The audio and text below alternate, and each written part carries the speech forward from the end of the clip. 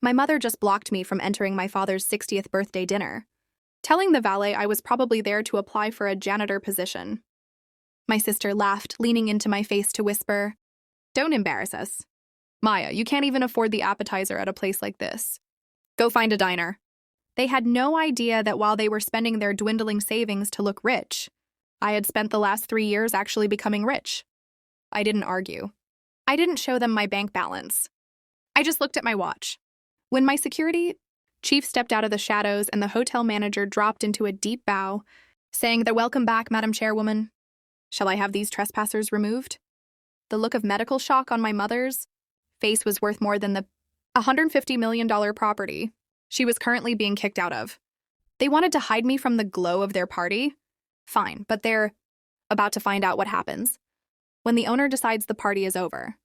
The evening air was crisp, carrying the scent of rain and expensive exhaust as luxury SUVs rolled up to the gilded entrance of the Grand Ether Hotel. I stepped out of my rideshare a block away, preferring to walk the final distance in my simple, tailored black dress, a ghost in a sea of sequins and rented tuxedos.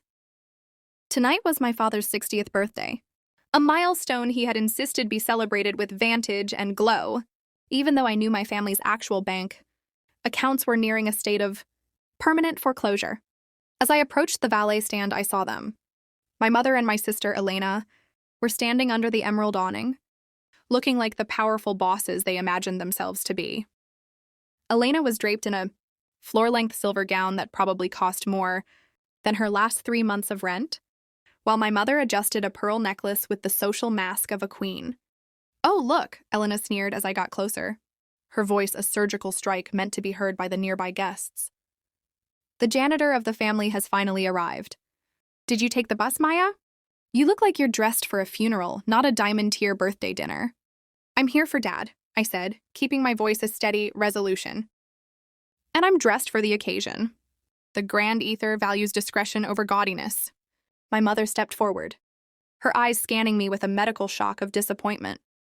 "Discretion? Maya, you look like staff. We are about to enter the executive package dining room. People of status will be there, people who can actually afford to be seen in the glow of this lobby." She reached into her designer clutch and pulled out a $20 bill, thrusting it toward me with a status flip that was meant to humiliate. "Take this. Go find a diner down the street. We'll tell your father you weren't feeling well. You can't afford the appetizer here, and I won't have you embarrassing the sterling name by asking for a separate check we all know you can't pay." The mirror paradox of her statement was almost laughable.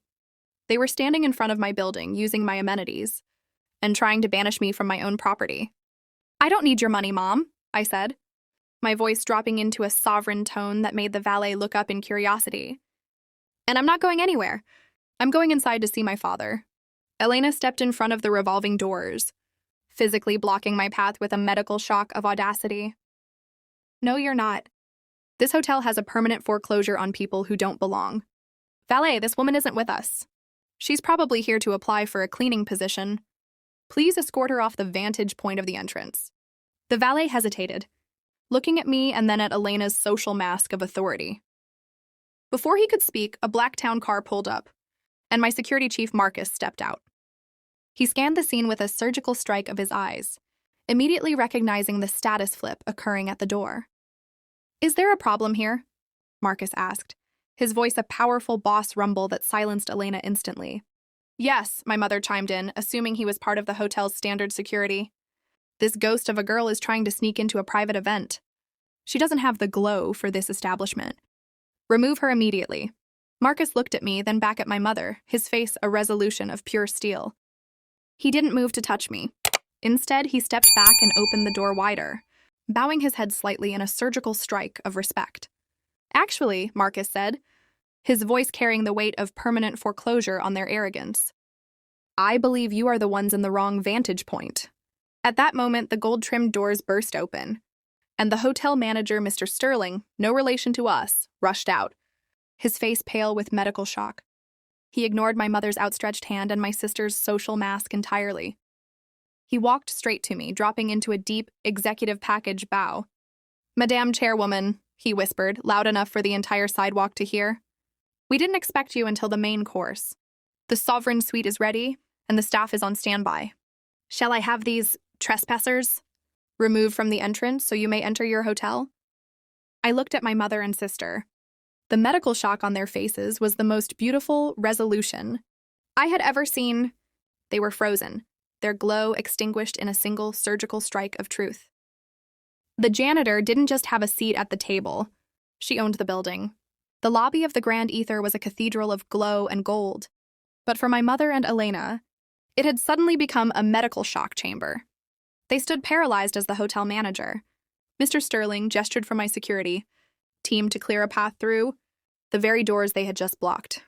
The social mask my mother had worn for decades was now a cracked ghost of itself, her mouth opening and closing as she tried to process the status flip that had just occurred on the sidewalk. "Madam Chairwoman, this way," Mr. Sterling said, his voice a surgical strike of professionalism that cut through Elena's whimpering protests. "Maya, wait!" my mother finally gasped, her voice no longer a sovereign command but a desperate resolution seeking mercy. "There must be some misunderstanding. We're your family. We're the guests of honor for your father's executive package dinner." I didn't stop. I walked with the vantage of a woman who had built this empire while they were busy trying to permanent foreclosure my spirit. "You told me I couldn't afford the appetizer." "Mom," I said over my shoulder, my voice a calm resolution. "And Elena said I looked like a janitor." "I'm just following your lead. I'm going to the room where I belong."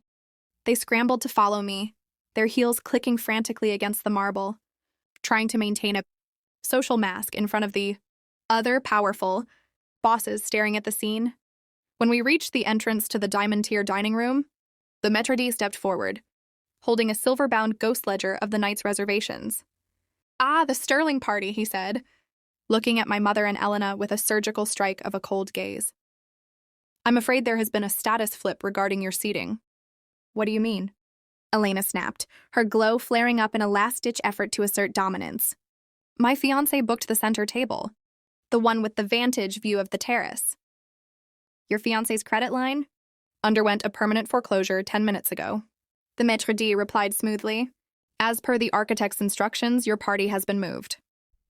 He led them away from the glow of the main ballroom, past the powerful bosses and the executive package displays, and toward the back of the building.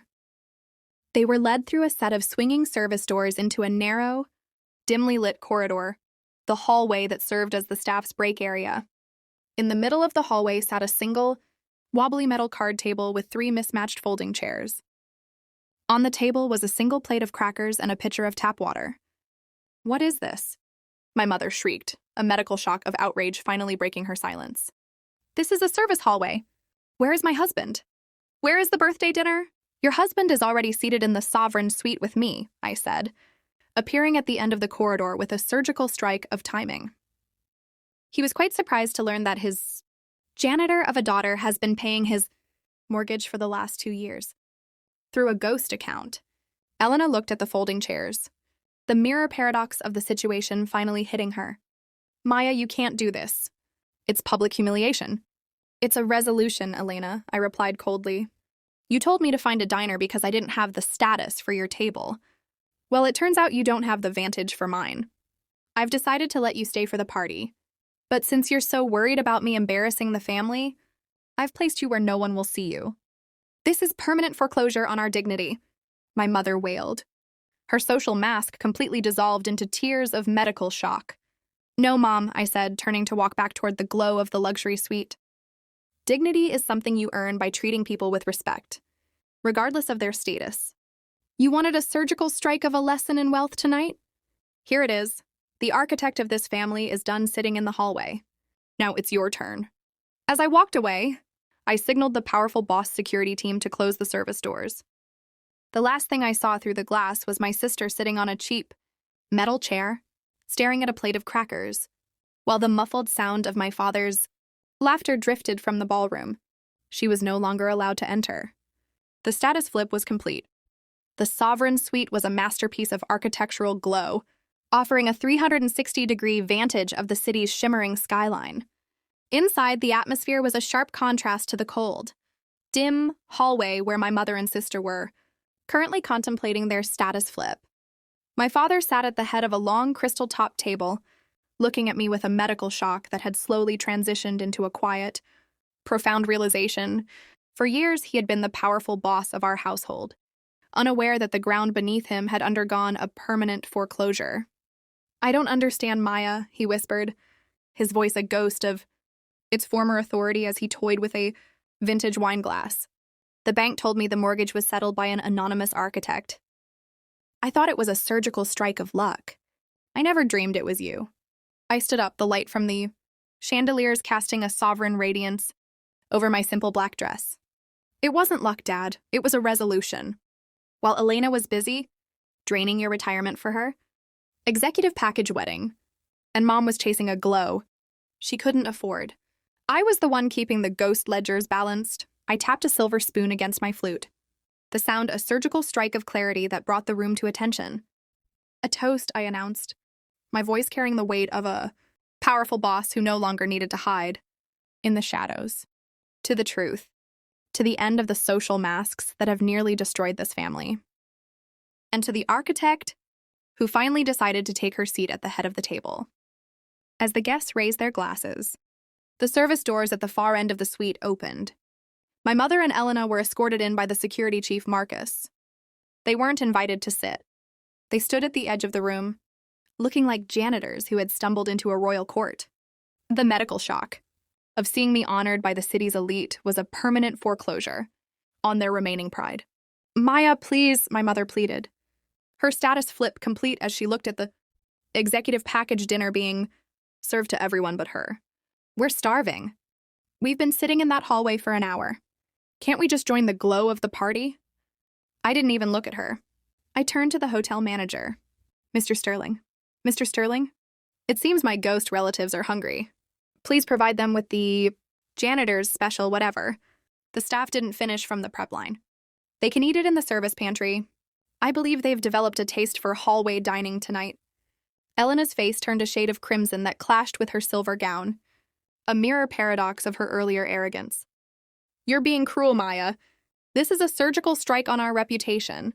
"No, Elena," I said, finally meeting her eyes with a sovereign coldness. "Cruelty is blocking your sister from her own father's birthday because you think her dress is too ghost for the lobby. This is just a resolution. You wanted to play the powerful boss? Well, a real boss knows that status isn't given. It's built. And right now you're standing on a foundation I own." My father looked from them to me, the medical shock of the family's true dynamics finally setting in. He didn't stand up to defend them. He simply sighed and took a sip of his wine, a permanent foreclosure on his support for their vanity. "The architect has spoken," my father said quietly, his voice a resolution that silenced Elena's next protest. "Go to the pantry. If Maya says that is your vantage point for the evening, then that is where you will stay." As they were led away, the glow of the room seemed to intensify. I sat down at the head of the table, the mirror paradox of my life finally resolving into a single powerful reality. I wasn't the janitor anymore. I was the one who decided who got a seat and who stayed in the dark. The sovereign toast wasn't just about a birthday. It was the surgical strike that officially ended the Sterling family's executive package of lies. The status flip was permanent. The dessert course was served with a surgical strike of precision. But for my mother and Elena, the sweetness was a mirror paradox of the bitter reality they were about to face. I had them brought from the pantry into the sovereign suite's private study, a room with a vantage point that made the world below look like a ghost of a dream. My father sat in the corner, his medical shock having evolved into a weary resolution as he watched the status flip reach its inevitable conclusion. On the glass desk lay a thick ghost ledger, a surgical strike of accounting that documented every cent I had spent to keep the family from permanent foreclosure over the last 3 years. There were receipts for Elena's executive package, vacations, and my mother's glow of high society memberships, all funded by the daughter they called a janitor. "You wanted to discuss status tonight," I said, my voice a sovereign calm that filled the room. "So let's discuss the resolution of your debt. This ledger shows exactly how much you owe the architect of your lifestyle." Elena's hand trembled as she flipped through the pages, her social mask completely shattered by the medical shock of the total figure.